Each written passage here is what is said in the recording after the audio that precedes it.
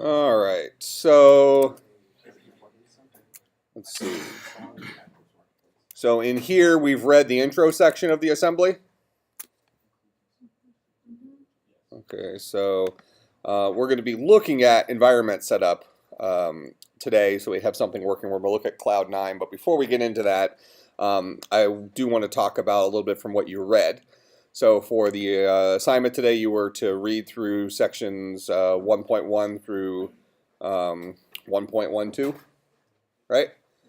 And then I'm going to give you some exercises to do from that for the, so your homework assignment for Tuesday will be to do some of these exercises as well as get an assembly language setup going that we're going to talk about today with Cloud 9 because it's a little bit cryptic to get Nazem installed on Cloud 9. So we'll do that and fix that, and that way you'll have something to reference.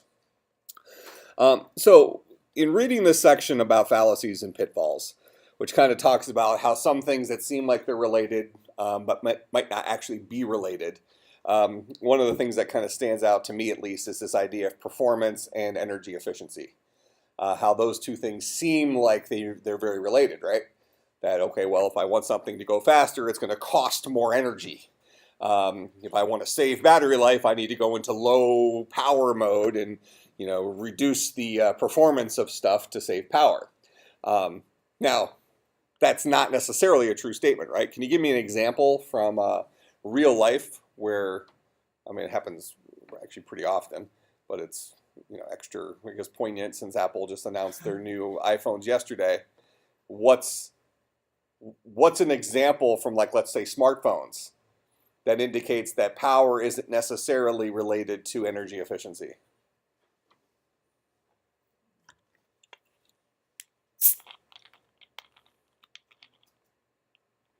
Go ahead. Maybe having more space so it doesn't heat up too much, so it can cool itself down. Well, go even at a higher level than that. So I think we've done the poll in here before. About half of us are iPhone, half of us are Android-ish people. So regardless of whether you're iPhone or Android, how many of you have a relatively recent phone? Newer-ish smartphone, okay? Do you suspect that that phone is a higher performance phone than the same phone from 2 years before? Fair enough. I mean, why would you buy the new Galaxy S whatever, right? why would you buy the newest Samsung Galaxy phone when the one from 2 years ago was just as fast? Because they stopped supporting one. Well, who cares? Who cares if they stop supporting it? It's like, if it does what you need it to do, it doesn't necessarily matter, right? Now, how many of you have used either iPhones for a little bit, or let's say Samsung Galaxies for a little bit, or some kind of Android phone? The sizes of the phone pretty much stayed the same, unless you're Apple, then you kind of jumped onto the bandwagon of what the Android people were doing, right? But the at least for the last 3 revisions of iPhone, for the last 3 years, iPhones have all been the same 2 sizes, same as kind of on the Android side, where you have the normal smartphone size, which is roughly, what, a 4.7-inch screen, and then you have the giant size, which is the 5.5-inch Galaxy Note type size. So those sizes have remained the same, physical size. But you're telling me that the phone that was physically the same size 2 years ago is faster today than it was 2 years ago. Fair enough? What about battery life? That must mean battery life is worse in the newer device than it was 2 years ago. Well, it's not. Battery technology really hasn't necessarily changed that much in 2 years, but potentially. Yeah, I mean, there's potential truth to that. Is we have jumps where you come up with a brand new way of storing stuff, and we go historical sense. Our laptops today use some flavor of lithium-ion battery. Okay, well, what came before that? What came before the lithium-ion? Well, alkaline isn't so much of a. That's more of a classification of battery. So they use the nickel metal hydride. So And the battery life, if you had the same capacity between the two of them, was again me. I don't. Did I use the example in here? I'm not sure if I did, but it's an appropriate example. Me in a foot race against Usain Bolt. All right. Clearly, I would win with enough head start. I would need a substantial head start, but I feel that there is a head start exists where I would win that race. I wouldn't have to start over the finish line. So I'm confident in that. So in any case, our smartphones today are the same size as our smartphone from 2 years ago, but have, in many cases, substantially higher performance. In fact, if we look at our smartphones over the last, let's say, 5 years, they have increased on a year-to-year basis in speed substantially more than the previous 5 years. You know, Apple had a pretty decent, interesting graphic when they showed kind of the lineage of iPhones, right?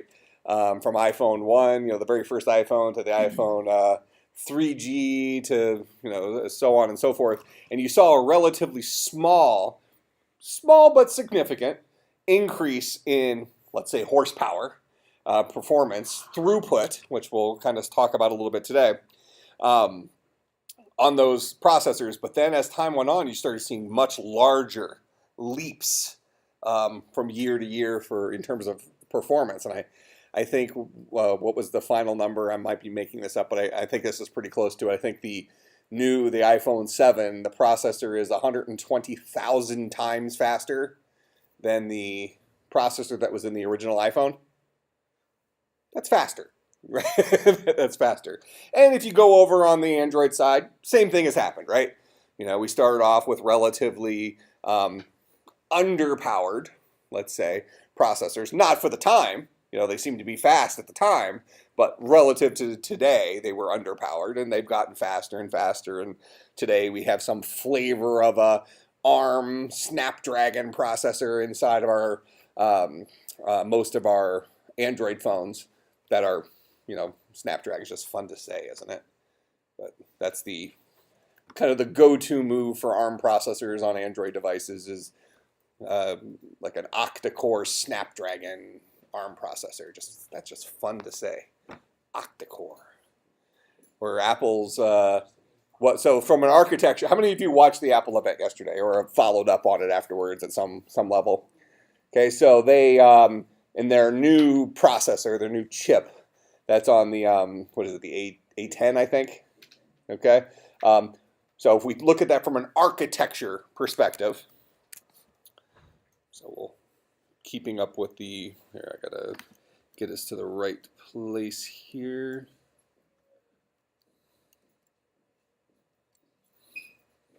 Okay, that's kind of what we're talking about right now. Let's go right here. So if we say Apple A10 chip, what were the features that you recall from the thing of the Apple A10 chip? This is the high level. So how many cores did it have? 4. It was a quad core. So 4 cores. Now when I say 4 cores, what does that mean? 4 processors, 4 computing units, each of which is going to have its own set of hardware registers. Remind me, what's a hardware register? So variable made of hardware, super fast. All right. So each one of those processors is going to have its own collection of those registers and all the other CPU stuff in it. Okay, so it's a quad-core processor as opposed to, you know, what I mentioned a few minutes ago. I mean, I think we've been for a minimum of a year, probably getting close to 2 years now, where we've seen 8-core processors on the ARM processors on the Android side, right? That octa-core Snapdragon thing has been around for at least 15 or 16 months, I think. I think it was initially introduced in one of the Galaxy Notes. But whatever. But this guy only has 4 cores in it. Your hair, is that a wig? No. That's real? Yeah. No. Can I see it on the side? No, the other side. Oh, that's the pen. That's why I thought it was a wig. That looks like it's like like it wasn't glued down or something. Yeah, I don't like it. No, actually, maybe I do like it. Huh? Yeah, I can't decide. I think I might like it. Yeah, it kind of looks cool. Like I took a double take. Did you have blonde hair before? So this is this like bleached or colored or something? Yeah. Yeah, I've been thinking about doing something new with my hairdo, but cutting it off again. That or dreads. Do you know how long it would take me? First of all, it would be very spotty, where I'd be able to accomplish anything. Okay, because nothing's happening up top here. You know, I got a big old bald spot back here, and we're an inch a week. We're losing up here, but the sides, I don't know. What's enough time? I could do something here in the, kind of do the Jewish curl thing. Sure, yeah. Maybe I'll go for that. For sure. Yeah, I got relatives that Actually rock that? Oh yeah, I mean a majority of my family is like Orthodox Jew, and oh yeah, so I have, like my cousin's a rabbi, so I think he has the whole curl thing going on. Yeah, it's pretty legit. All right, so in any case, so we've had these octa-cores out here for a couple of years, right? Now we have Apple's latest, greatest, coolest, just invented last week, a quad-core processor, and it's not just any quad-core processor.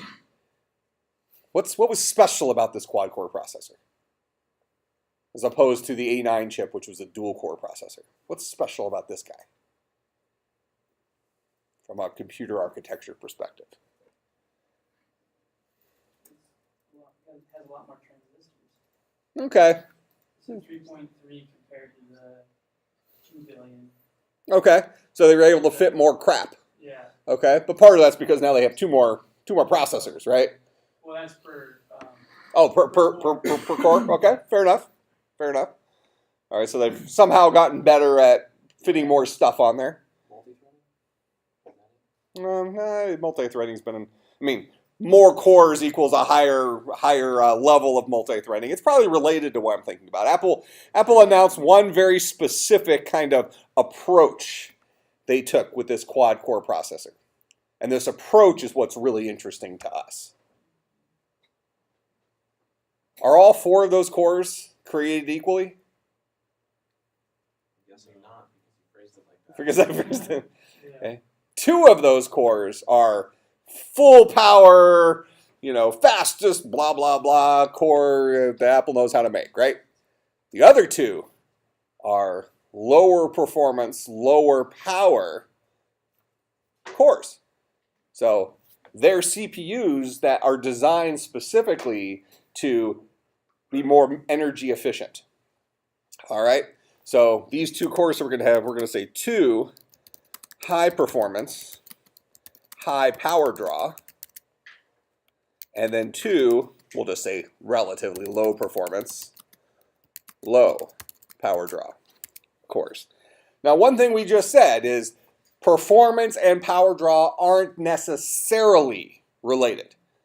So this was on purpose that Apple chose to say, we're going to sacrifice performance on this side and power draw. Those we've purposely paid less attention to power draw on the high performance side because performance was our main goal. And on the low performance side, we've purposely decided, let's preserve battery life at the cost of doing less aggressive stuff here on these the lower power processors. Okay? Go ahead. Is it something that would have to be managed at a level of the programmer has, or is it something like the user has a switch where they can put in low power? It's not the switch thing. It's the program or the operating system, iOS. It would make that decision based on how you use your device, the nature of the application. So reasonably speaking, if you're running a video game on your phone, I play a game called Angel's Stone, I think, on my phone. It's kind of a World of Warcraft-y type of game. Full screen graphics, all that stuff. My expectation is when I'm running that off the battery, my battery life will be worse. I expect that going in, right? So something like that is very likely going to run on the higher performance cores because the expectation of the user is, I want this game to not feel sluggish. I recognize that I'm going to have shorter battery life. Fair enough. Now, checking your email, checking Facebook, things that kind of feel like they're less resource intensive than something like a video game. I don't expect that to be a horrible drain on my battery, right? I still expect reasonable performance, but this kind of gets back to this other thing, and we're just going to be kind of making up numbers because the number slightly changes over the years. But when you take your processor and your computer, what percent of of the time do you think that processor sits there doing nothing? This kind of gets back to this argument: if you're building your own computer, where do you spend the money? So how many of you built your own computer before? Okay, where's the first place you spend the money? Okay, wrong answer. RAM. Okay, probably RAM. Okay, what's up? Oh, well, okay. Where do you, I mean, so all these parts are required, right? you can't just say, I'm not going to go with the motherboard on this one. Okay, skip that one. Okay, I'm going to spend my money elsewhere. Okay, all these parts are required. I'm saying, where do you spend the extra money? All right, so reasonably speaking, you want to get a decent motherboard, but for the most part, motherboards are all going to be created relatively equal. What you're really paying for sometimes is expandability. Some motherboards have a higher maximum RAM capacity, things like that. Some motherboards can accept 2 physical processors as opposed to 1. You're paying a premium for that kind of stuff. So up to a point, you get the motherboard that's appropriate for what you're trying to accomplish. But then after that, probably the next place to spend money is where? Maybe hard drive? Speed of your hard drive is something that's very noticeable to the end user.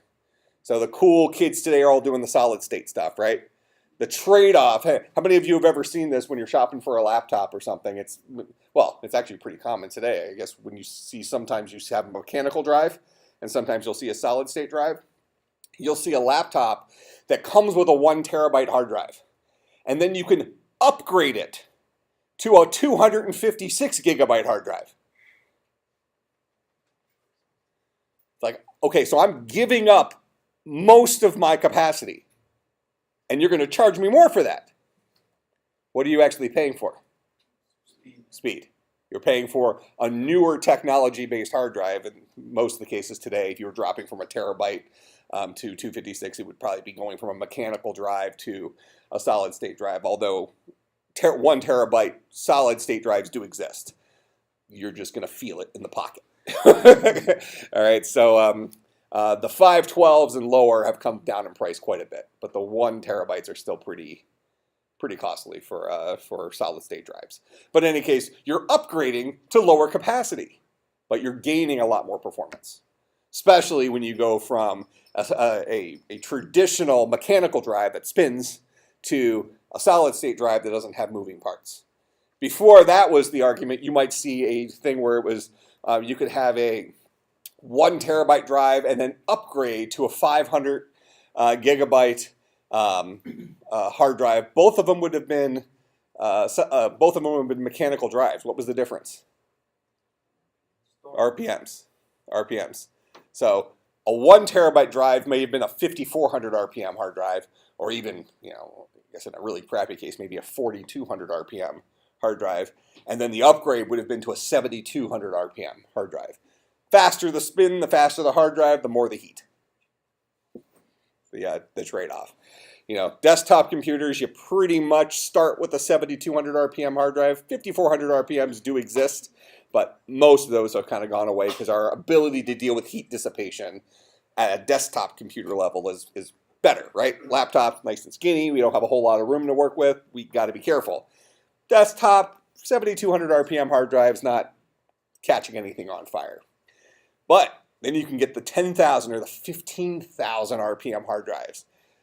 Any of you have a machine with a mechanical hard drive in it that is like 10 or 15,000 RPMs? The hard drive actually has heat sinks on it. Yeah, Western Digital makes one of these called the Raptor. They don't still make them. They may not, because now the solid state's the cool thing. But yeah, But what? Is there any reason to choose that with a heat sink on it over a solid state? solid state didn't exist. Sure. Yeah. But nowadays there would be no reason to choose. That. There might be. PCC. Yeah, 15,000 RPM mechanical drive may be faster than most solid state drives right now, Sure. or it's close. But I don't think we've come very close to maximizing the potential of solid state drives yet. There's lots of different limitations we're sitting at with solid state drives, and we have room to grow there. All right, so that's why we keep seeing them coming down in price while going up in capacity. And right now, the solid state drives aren't spending a whole lot of time marketing speed, but they will. Once we start figuring out how to make major jumps, certain brands of solid state drives under the hood and their tech specs might claim that they have this level of throughput, but there isn't. These numbers aren't meaningful to people right now. It's more like solid state's faster. It's just kind of a global statement. All right. So in any case, when you're buying a computer and you're putting in the parts, hard drive, you're definitely going to feel that as a consumer. The speed of that hard drive. If you have a slow hard drive in your computer, you're going to feel the sluggishness. Okay. Next thing would probably be RAM. Okay. If you have not enough RAM in the computer, you're going to feel that as well, because that's the thing that keeps your multiple programs running at the same time without having to swap stuff around using fake memory, which is the hard drive. So that's something you'll talk about in the 350 class operating systems. So you talk about that kind of the idea of swapping and that kind of junk. Among the last places to spend your money is on the CPU. Typically, what I recommend to people, unless you just have unlimited dollars to put into the computer, you just want to build the best. If you want to build the best for value, I typically say look at the processors, get the fastest processor you can get before the price break. When you go from 2.2 gigahertz to 2.3 and it doubles in price, go back down to the 2.2. Okay, usually I'm just making up numbers here, but let's say the 2.1 gigahertz to the 2.2, let's say it's $15 or something like that. If it's negligible, get the faster one. It's you're not really noticing at the end of the day, but don't jump up to the fastest at a significantly higher price. And this goes back to the question I asked a few minutes ago of what percent of the time do you suspect your CPU in your computer under normal use is sitting there idle, doing nothing? Okay, you think 60? Okay, you think, so 80 is closer than 60. Anybody want to go higher? Say 90. Okay, 90 is closer than 80. It's at least in the mid-90s, not higher. So a majority of the time, your processor is bored. It's doing nothing. Part of that is a function of how fast our processors are, right? We're going to be looking at, breaking things down to the assembly language level, and the number of instructions that a processor can, burn through, let's say, in a human measurable amount of time is ridiculous. Millions and millions of instructions every second. It's a lot of instructions. Okay, so our processors today are really fast, and the fastest processors, while they're fine, faster. It's kind of like getting a Ferrari and just driving it around residential neighborhoods. Hey, it's going to be difficult to really open it up. If you can get a Ferrari up to like 160 miles an hour, in like a curvy residential area, you've killed people. Okay, there are people that have died already. Okay, okay, especially if you're playing Pokemon Go at that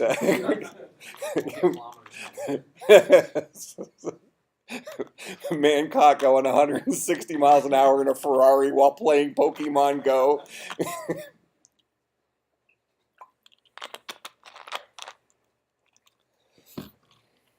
Oh, I thought that was kind of funny from the Apple event yesterday that they're going to, with the new Apple Watch that has a dual core processor in it, so it's related to what we're talking about. They're going to have Pokemon Go for the watch. But And Super Mario. not for the watch. That's for the, yeah. Well, the Mario I think would be kind of cool. People like that. Some baloney. I'd love to see how much they shelled out to Nintendo for those rights to get them before. Right. I bet you it might have gone the other way. No. I bet. You think Nintendo paid them money I to bet. let them release it? Yeah. No. Nintendo is. No. I actually almost guarantee it. I would be. Which is the bigger gaming platform right now? iOS or Nintendo Game Boys? Easily iOS. Okay, but it's like. Okay, Nintendo needs to jump ship. Nintendo's losing market share every single day in terms of consoles that they've you been can doing play their that for stuff like on. 10 years, Fair enough. 15 years, 20 years. Fine, probably. fine. They need to jump ship. Who are they jumping to?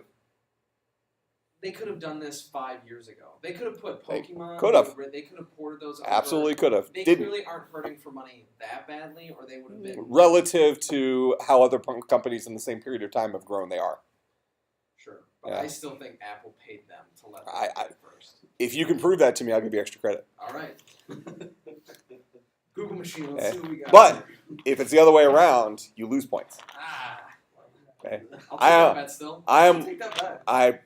I'm about 99% certain that if money was exchanged, it was Nintendo paying Apple. Or if it wasn't actually dollars, it was Nintendo guaranteeing Apple exclusive.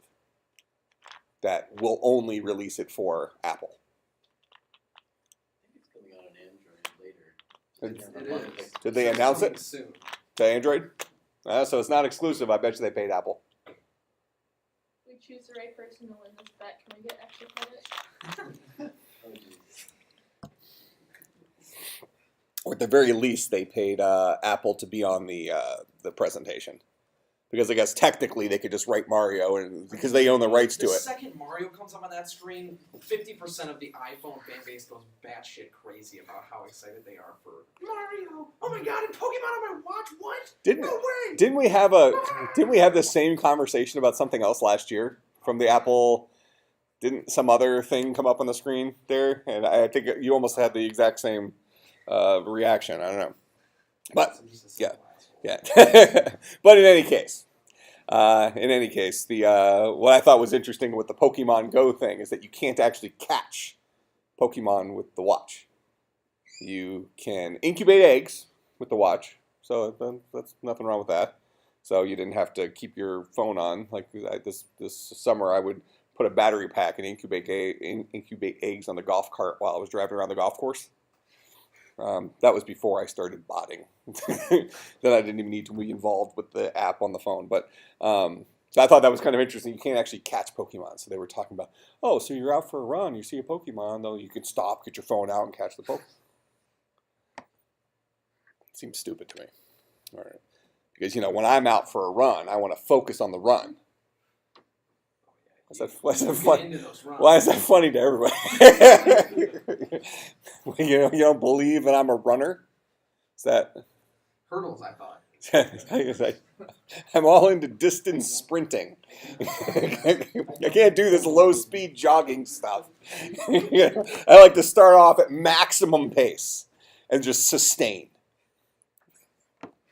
You're a runner, aren't you? Yeah. That doesn't work, does it? Yeah. Yeah, I wonder how long I could sustain a sprint. Well, I mean, you might not call it a sprint, but for me, it would be a sprint. I'm thinking maybe 30 seconds? Is that a long time? Yeah. Ay. And it doesn't seem, I don't run, so it doesn't seem like a long time. 5 seconds? Gotta do 5 seconds? I can make 5 seconds. 5 seconds, I'm probably not even completely up to speed. If I go downhill, I might be able to give up and keep going. Just break into a roll. This is it. I'm done. All right. So, in any case, talking about the 4 cores. So we have 2 separate approaches. We have 2 cores for high-powered stuff, 2 cores for low-powered stuff, and then the operating system makes some sort of magical decision on what is appropriate for these set of cores and what's appropriate for these set of cores, right? And we hope that they're making smart decisions so that us as the consumer are happy all the time. That they're always making the right decision, and all of a sudden Facebook feels sluggish, like, well, why don't you just put it on the high-powered core? I'm always tethered to the wall anyways, whatever. Is 4 cores better than the 8-core Snapdragon chip that is shipping today with the latest AMD whatever, or latest Android whatever. It's all about how you utilize it. What's better mean, right? How do we take advantage of multiple cores? Do more stuff. Well, Yeah, But- distributing the workload.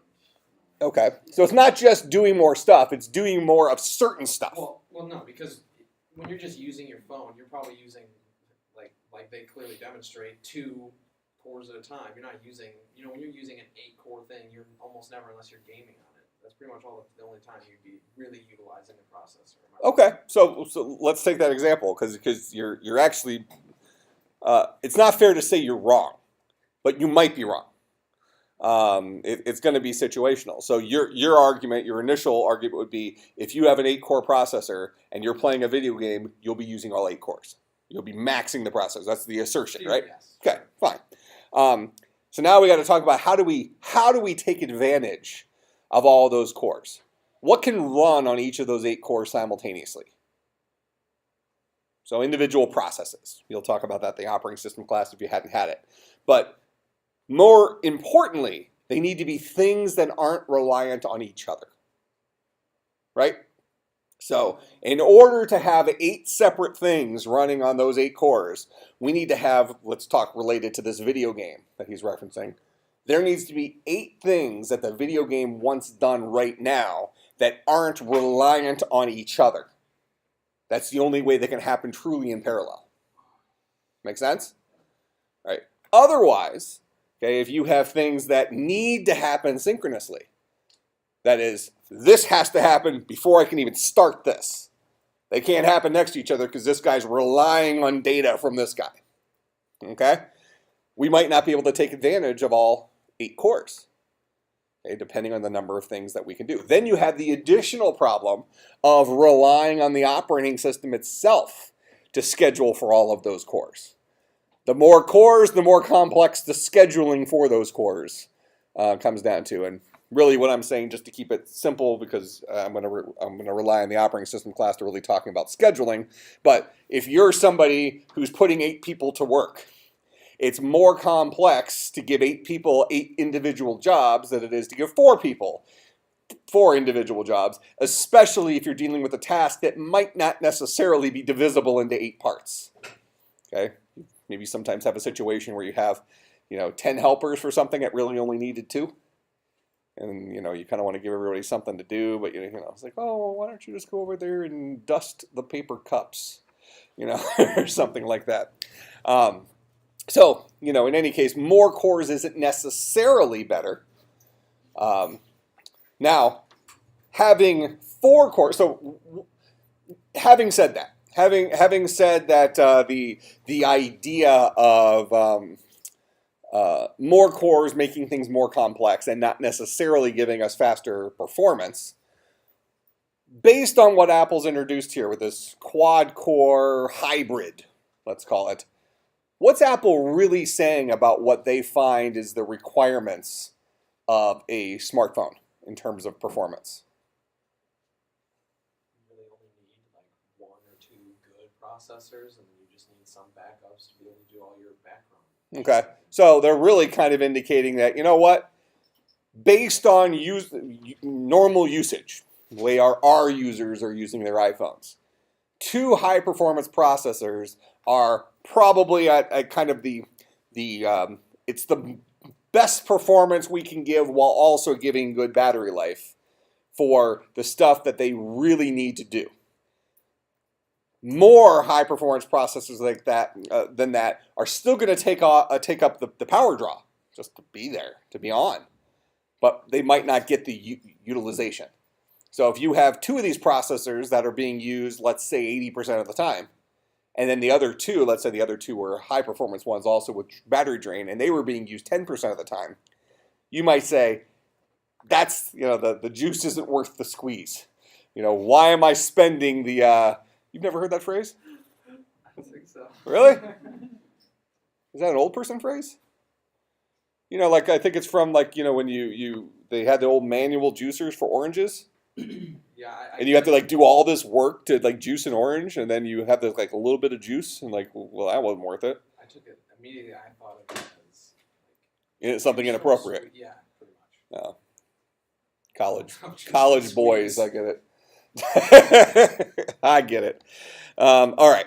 So in any case, the idea would be, hey, it's not worth the power draw to give you a little bit of extra performance, a very small percentage of the time. So instead, because Apple wants to be able to show flashy numbers, right? Apple wants to show that, hey, we can do everything, we're the fastest, whatever, blah, blah, blah, and oh, our battery life lasts for a decade, whatever. They've made decisions that will hit the largest cross-section of their market. Make sense? These were hardware choices that they made.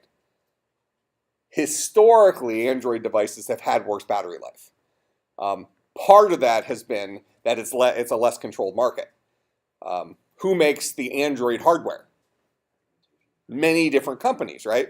So each company gets to make their own choice on how what chip, what processor they're going to put in their device, how much RAM is going to be in their device, how big the screen is going to be on the device, what screen do we use, and what's the power draw of that screen. For pretty much any smartphone, the biggest power draw is the screen. All right, that's why if you want to give yourself extra life on your phone, turn the brightness down to the point where you can still see it, but you can barely see it. Let's say you'll get substantially more battery life from the device. But these hardware manufacturers, they're making those choices. Potentially without all the information, because they're not getting all the information that Google is getting from the operating system itself. What's the average utilization, all this stuff. They're effectively putting out computers, so these smartphones, they're computers. They're putting out computers that have stats that sound impressive to the average consumer. If you're the average consumer and you see, oh, latest greatest iPhone is a quad core and latest greatest Android is an octa-core, why is Apple so far behind the times? That might be a perception, right? In fact, probably would be a perception, right? The reality is maybe they're not. In fact, maybe in real life benchmarks, Apple, in fact, I predict this would be the case. I think you're going to probably see once the iPhone 7 comes out, they're going to end up beating all these other smartphones in all these benchmarks. Well, is that because the iPhone is actually faster? Or is it because the benchmarks are representative of actual use? And these behemoth computers over here are only partially being utilized. Probably more like that. So Apple's going to look really good on paper because they're more closely fitting the actual usage of their devices, because Apple controls both the software and the hardware. They have inside knowledge, like insider trading in the stock market. Okay, they know how the software has to marry to the hardware, so they could make very targeted decisions. That's why when you look at, they talked about some of this at their keynote, but that keynote was really targeted at technical consumers, right? When you go to Apple's website and you look at stuff, they're mostly kind of talking about design and stuff like that, how pretty the things look. That's always been the Apple's thing. But the idea here is that when they're talking about the iPhone, Apple's not a big spec company. You're not sitting there looking at the gigahertz rating of the chip and all this other stuff. It doesn't feel like Apple's bragging about specs. They're bragging about the features of the camera and all this other stuff.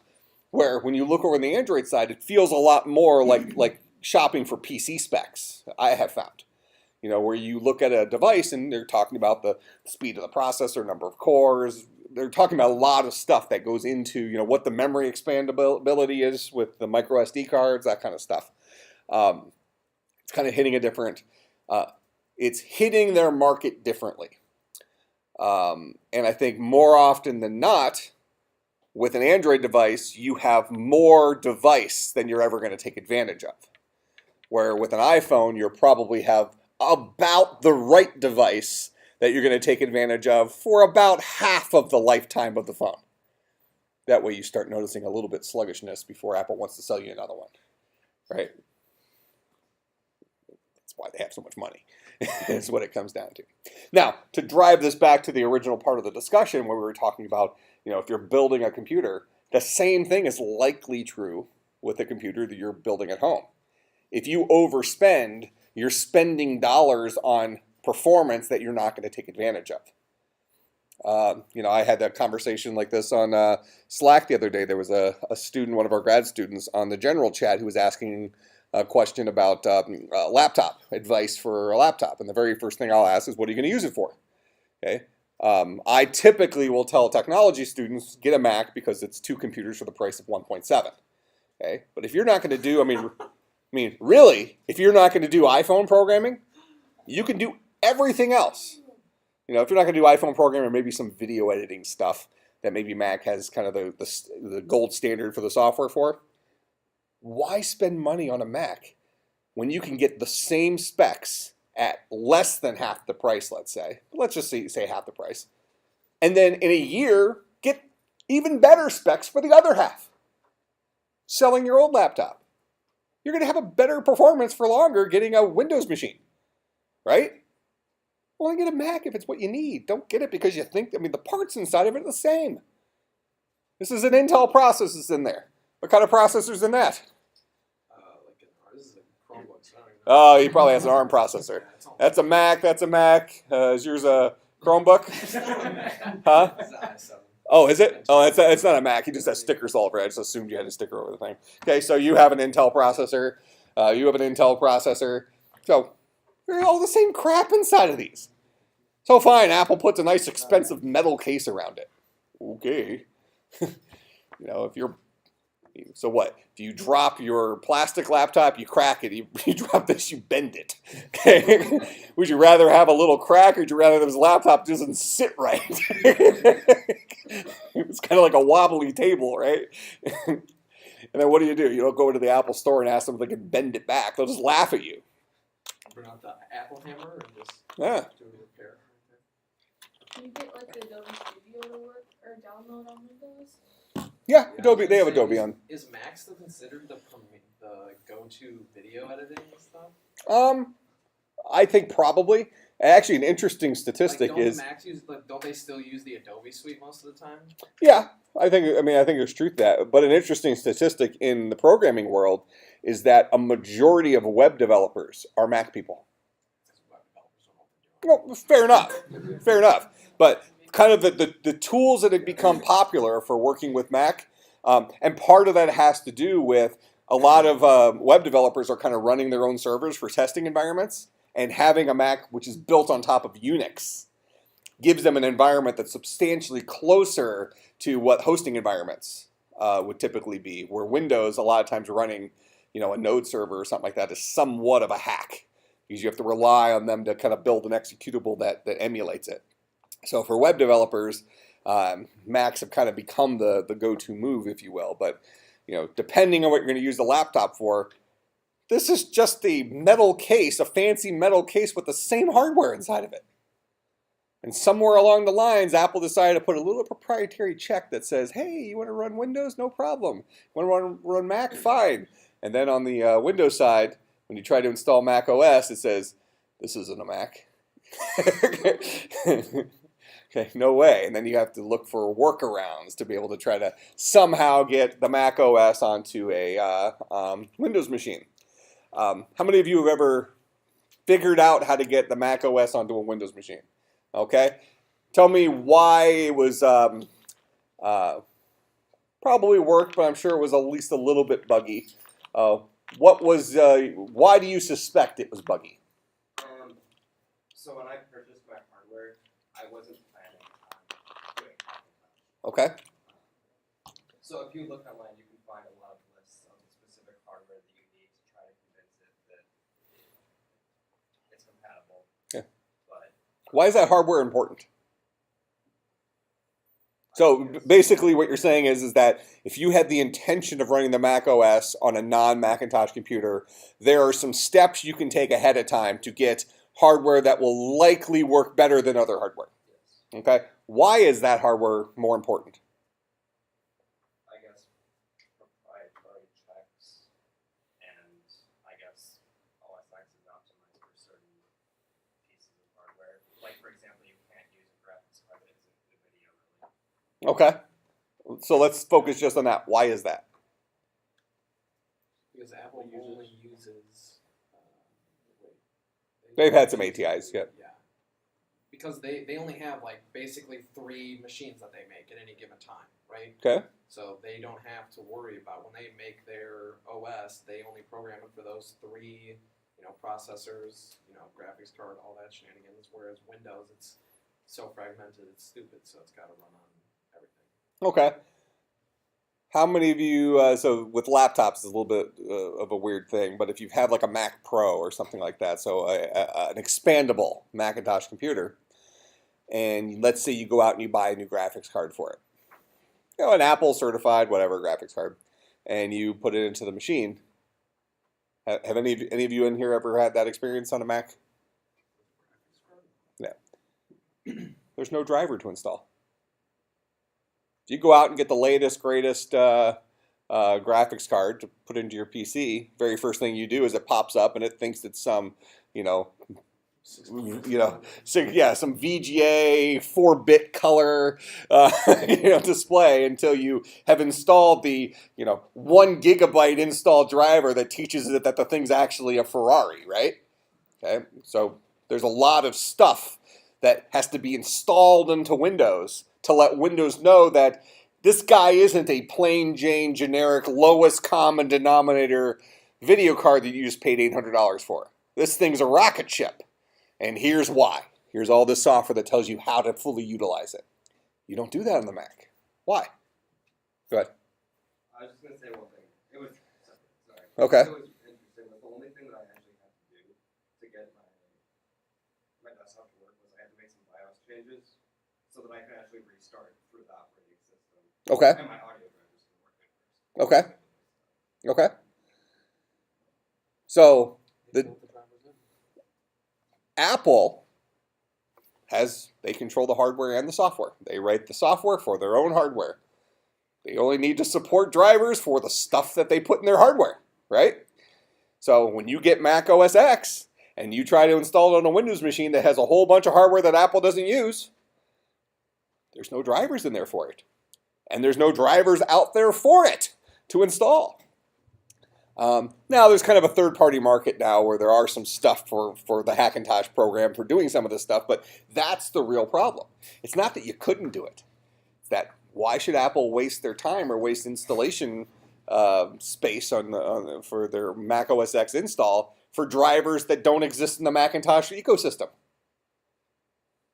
It doesn't make any sense. Okay, but on the Windows side, Windows users and really computer users, we like choice. You want to be able to, if you're a gamer, you want to be able to get the latest, greatest graphics card. It might make your life a whole lot better from a gaming perspective. You could take a machine that you built 4 years ago, and that machine with the graphics card that came out last week very likely will feel like a machine you just built today. Because the slowdown probably isn't your CPU. Okay? The thing that's happened is your graphics card isn't keeping up with the Joneses anymore.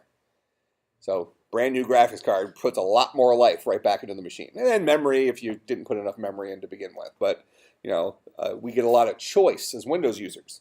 You get a Mac, let's say an iMac, the only thing you can really upgrade is the RAM. You don't really have an option of putting a better graphics card in there. I suppose when there's a will, there's a way. You can do a Thunderbolt, yeah, but that's pretty. It's not real common. You don't have a whole lot of options either, but But in any case, it's that kind of comes down to when there's a will, there's a way, and a soldering iron. You can probably go in and accomplish something, but typical Mac users and iPhone users, they want their stuff to just work, and they don't really care how it works. On the Windows side of things, or on the Android side of things, at least a percentage of those users are using those devices because of choice, right? Android lets you do a lot more of what you want to do. If you want to root an Android device, Android's running on top of Linux, so that you can do some stuff with it, knowing full well that it might break some other things, That's fine. You can do that on Android pretty easily. On iPhone, you got to look for the weird, jailbreak utility and which version of iOS are you running and will it work for breaking that and all this other stuff. So there, these are decisions that we make as consumers. In any case, it's very hard to compare hardware architectures to each other on a one-to-one basis when there's so many variables involved. It's going to be nearly impossible for us to accurately compare true performance of the A10 chip versus an octa-core Snapdragon, the latest revision of that, let's say. Because in practice, you're going to be using those things potentially for different things. So, and then also when we're dealing with a mobile device, there's that balance between battery life and performance. Because fast is fast. If you have something that, the example I usually use with graphics cards is, so who in here has like a really nice, really expensive graphics card? All right, so you've spent a bunch of money on this graphics card, right? All right. Okay, why? Because I want really, really high frame rates. Okay, you want really, really, really high frame rate. So what's a high? Yeah. What's a high frame rate for you? If it's below 120, I don't even Yeah, look at I was it. gonna say like 144 frames. Okay, 144 frames. All right. So even though our human eye can see far less than that, okay, so we can't appreciate. Now, some people say they notice smoothness. There's a perception of smoothness at a higher frame rate. That's fine. That's probably even correct. But speaking in general terms, the human eye is capable of, let's just say, about 35 frames a second. That's what we can handle.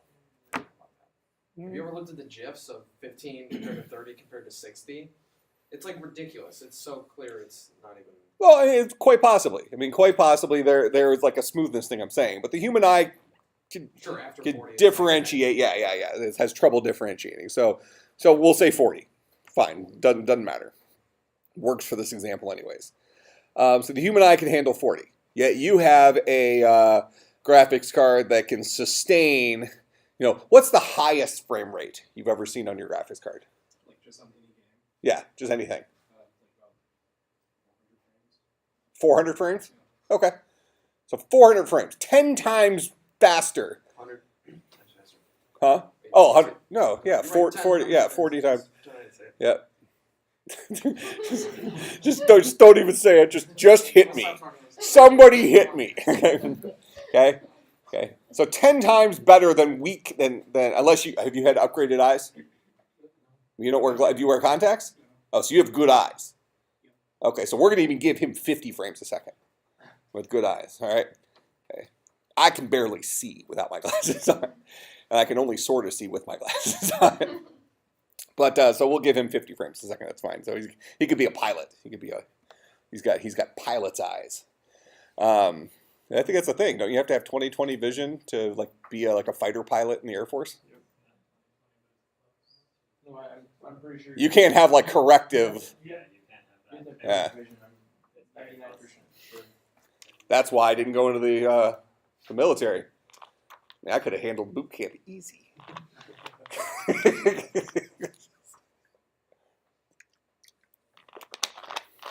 That'd probably be a really good weight loss routine.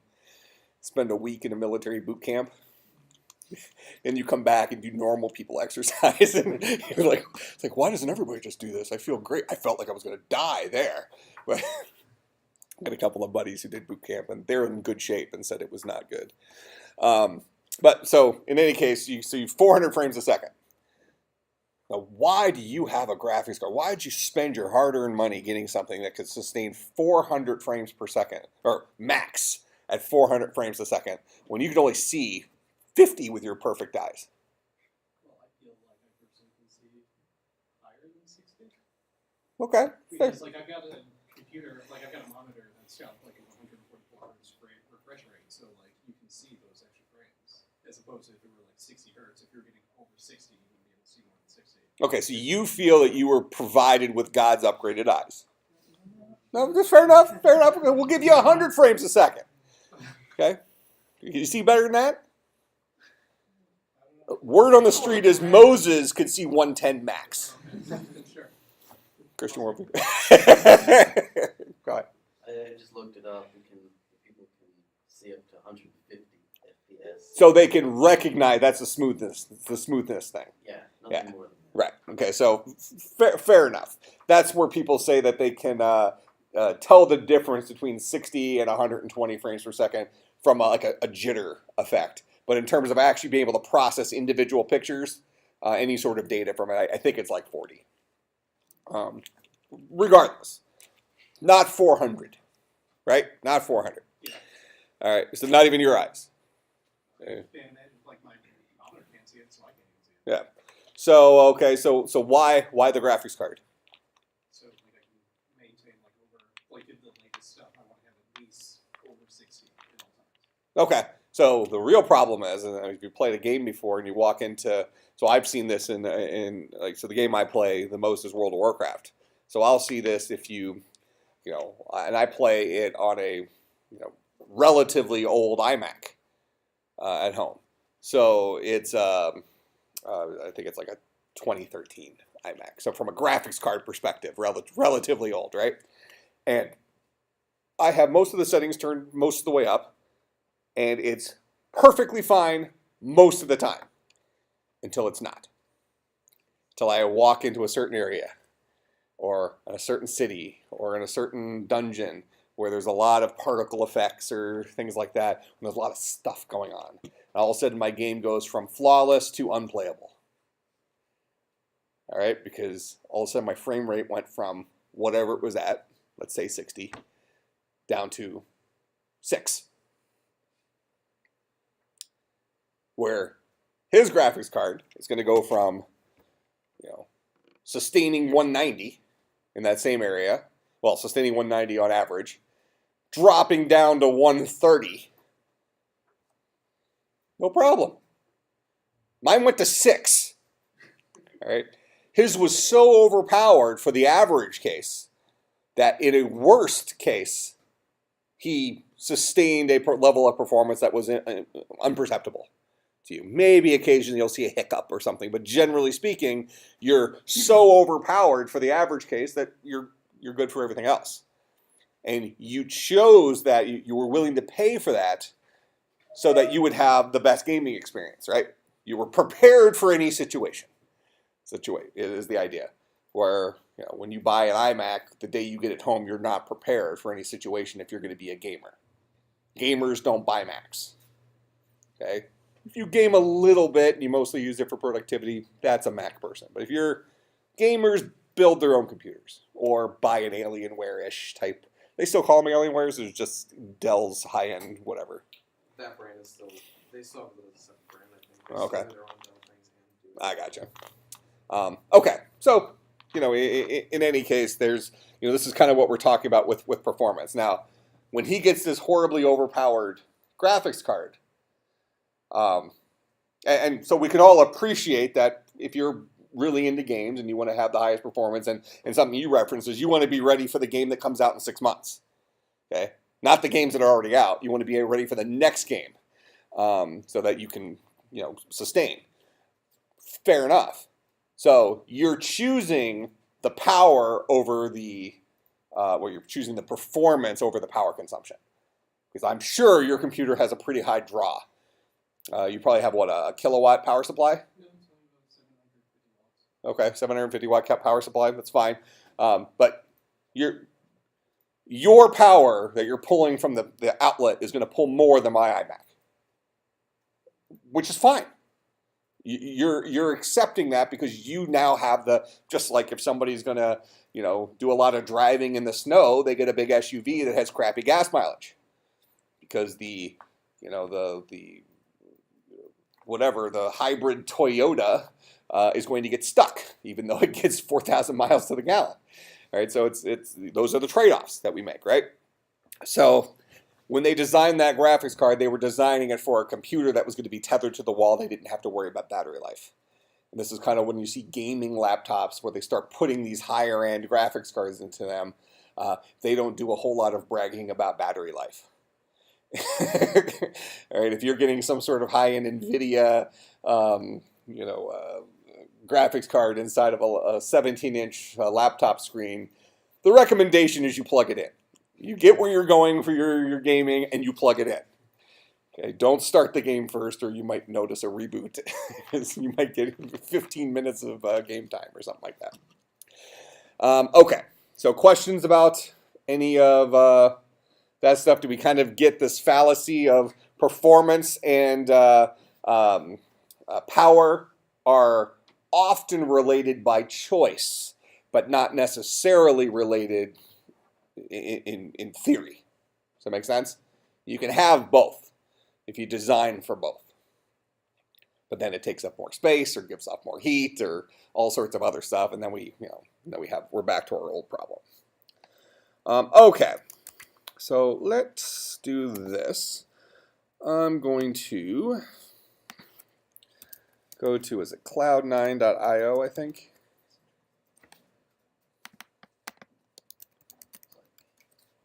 Oh, it's, yeah. C9.io. Okay, so we're going to be using this in here. What this is, and this is so it doesn't matter what kind of machine you have, everybody's on an equal playing field, because technically you could get Nazem for the Mac.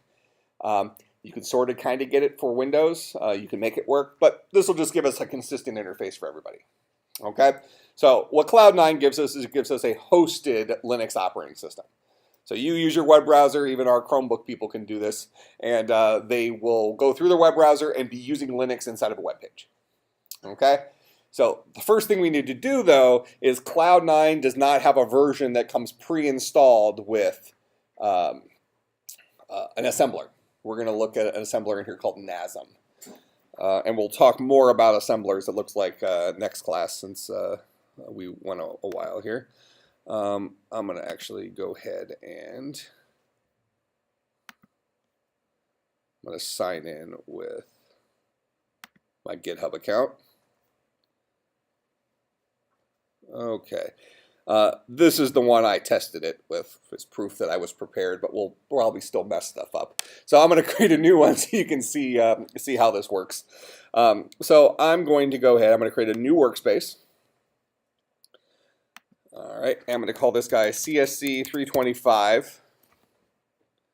I might want it all lowercase. CSC325. Class. Linux distro, let's say. All right, and it's going to be a public one. That way I don't have to pay anything. We want it to be free. All right, so then we get to choose what's our base model for this guy. So HTML5 or Node or Apache, any of this stuff. I would say either go with blank or go with C++. Let's go with blank for right now. It's going to probably at least not have anything extra installed. So blank is going to say, hey, this is Linux, and we just have basic Linux stuff built into it. Okay. We're out of here at 2:25. Okay. All right. So now it's deploying my Cloud9 hosted Linux. So only when I store stuff, it'll be stored in my little operating system here. And the very first thing we're going to have to do, and while it's actually cooking here, I'm going to go ahead and we're going to do Linux install Nazem. Okay, so you're going to find lots of different things on here, and the one we're going to be using that comes with the Linux that comes with Cloud9 is a program called apt-get. It's a package management tool. So if some of you, maybe if you've done some Node stuff, you've maybe used NPM before, that's a package manager. There's another one called Brew, that's a package manager, all sorts of stuff. But we're going to be using apt-get to install Nazem. But let's just do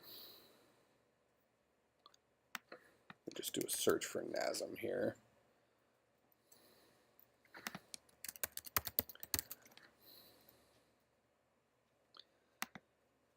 All right, so Nazem is an 8086 assembler designed for different platforms, and we'll talk more about what implications using different assemblers has, because it can drive the syntax a little bit, but most of the x86 ones work the work the same.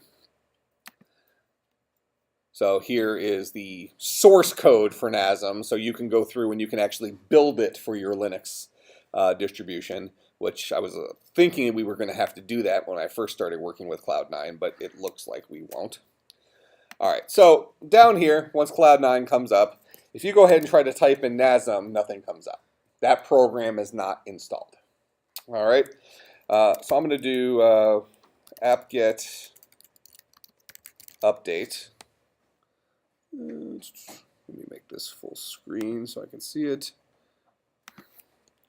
Sudo apt-get update. There we go. So what sudo does is it allows you to run a command as the super user because it needed to have access to a couple of directories. So when I did apt-get update, it grabbed the latest list of stuff that the latest list of packages available to install using apt-get. All right, so now I'm going to do sudo apt-get install Nazem, and hopefully it finds it. It was sudo apt-get update. That just makes sure you have the latest list of stuff. So there's the first command I have up on the screen right now.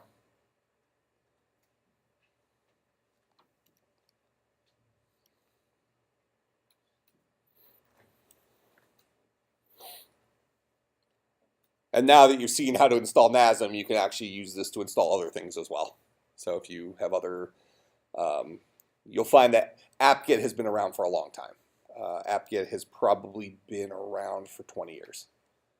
So it's a well-developed package management tool. I think it started with Red Hat Linux, something like 20 years ago. And then when Fedora came out, they switched to something called Yum, another package manager. But apt-get's been around for a while. Second command was this, sudo apt-get install Nazem. I'm not positive we needed sudo for that one, but just in case, we ran it as the super user. All right, so now, when I type in Nazem, it now knows what I'm talking about. It says no input file specified, type Nazem -h, blah, blah, blah. So I need to now teach it how I want to do Nazem stuff. So I'm going to go back to our assembler example here.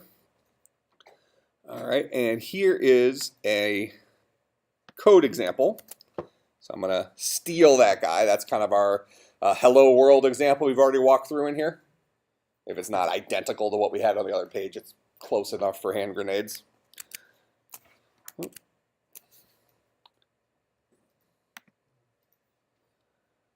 Okay, now I will go ahead and we'll click this down.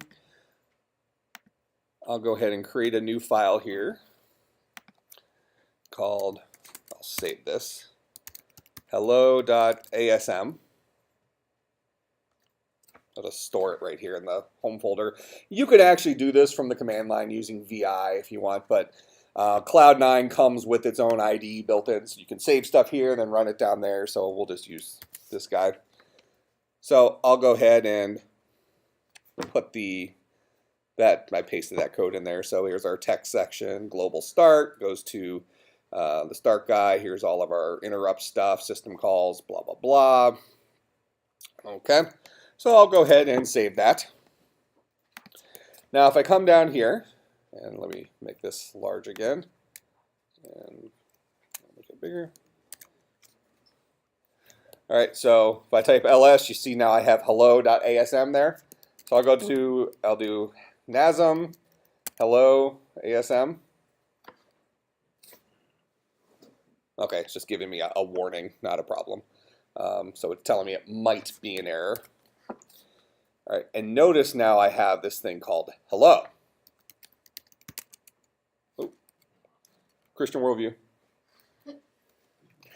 All right, so right off the bat, I tried to run this. Well, what does this guy look like? So I'm going to do more on hello. And hello is actually a binary file.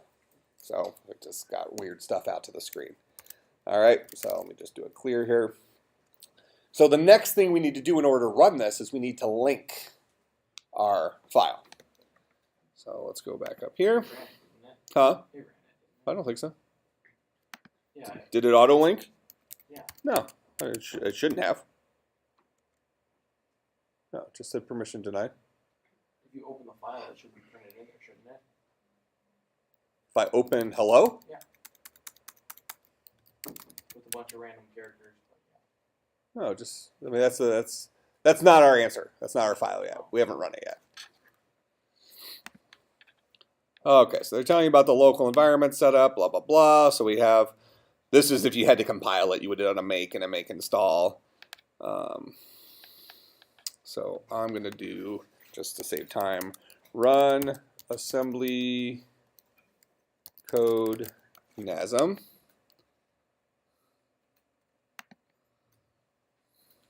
And you'll see there's a couple of steps. Oh, there's our apt-get. Okay, so it should have defaulted to it for what our output was, but I'll go ahead and use their command here. I don't think it'll make a difference for us. Did it create the file? Yeah. But we're looking at what the two steps are. Because we've assembled our file, which converts it into machine language. We haven't actually run that machine language on the CPU yet. Okay, so they're saying do something like this. And we'll talk about what ELF is. What did I call it? Hello? Okay, same exact error I got before. Okay, it gave us a hello.o, so that's fine. So it did ELF. This guy is the type of output architecture. We'll talk about it next time. But it ultimately created this hello.o, which is object code. Pretty similar to the .class file that gets created from Java. So I know we're pretty much out of time. Let me just finish this real quick. All right. Then we're going to do LD. All right. So this is going to actually do our linking and run, well, LD to our output. So we're going to do our link. So LD, name of the output dash O. Okay.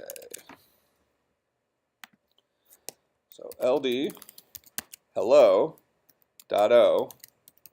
to hello.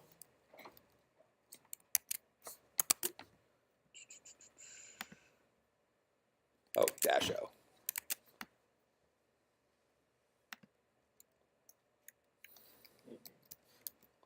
Oop.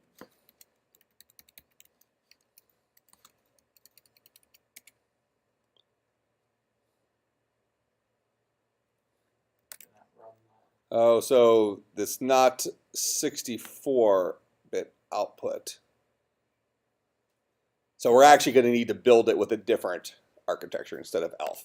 But punchline, what would have happened, just so I can let you out here, is after we linked it, it would have actually given us an executable file that could then run directly on the CPU. So then what we would have done is done a ./hello, and it would print out hello world. Okay, so we'll have to use something other than ELF next time because this architecture we're working with here is actually a 64-bit architecture, where ELF is a 32-bit architecture. So we'll look at that on Tuesday. Homework assignment, I'll put up the exercises that you'll do, but get your Cloud9 environment set up so you can at least try to run Nazem, okay? And read from... actually, no new reading assignment because I'm going to have you do the exercises. So, exercises from Chapter 1 I'll put up, and then get your Cloud9. Sound good? Have a good weekend. Are the exercises going to be the same as the math? No, it'll be less work. The ones for the master's class is going to be not ridiculous, No, but but it's quite a bit of work. yeah. There'll be. I don't think there'll be any in common actually. Any what? There won't be any overlap. There is, I think, maybe one question, but